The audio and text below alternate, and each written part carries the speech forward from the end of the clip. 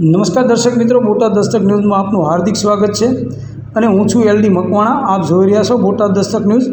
હવે પછીના સમાચાર વિગતવાર. બોટાદ જિલ્લામાં વિશ્વ મેલેરિયા દિવસની ઉજવણી કરવામાં આવી.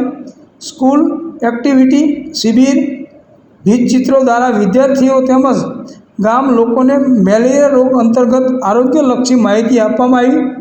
વિશ્વ મેલેરિયા દિવસની ઉજવણી અન્વયે મચ્છરજન્ય રોગચાળો ન ફેલાય અને અગાઉથી જ મચ્છર ઉત્પત્તિ સ્થાનોને નિયંત્રિત કરવા માટે જનજાગૃતિ વધે તે માટે બોટાદ જિલ્લાના તમામ પ્રાથમિક આરોગ્ય કેન્દ્ર, શહેરી આરોગ્ય કેન્દ્ર તેમજ આયુષ્યમાન આરોગ્ય મંદિર ખાતે મેલેરિયા જનજાગૃતિનું આયોજન કરવામાં આવ્યું હતું, જેમાં સ્કૂલ એક્ટિવિટી શિબિર, ભીંતચિત્રો દ્વારા વિદ્યાર્થીઓ તેમજ ગામ લોકોને મેલેરિયા રોગ અંતર્ગત આરોગ્યલક્ષી માહિતી આપવામાં આવી હતી.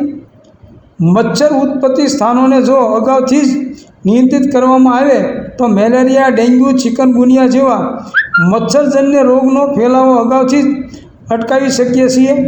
મચ્છરથી થતા મેલેરિયા, ડેન્ગ્યુ જેવા રોગને ફેલાતા અટકાવવા માટે બોટાદ જિલ્લા પંચાયત આરોગ્ય શાખા દ્વારા આગોતરા આયોજન સાથે દર વર્ષે કામગીરી કરવામાં આવે છે.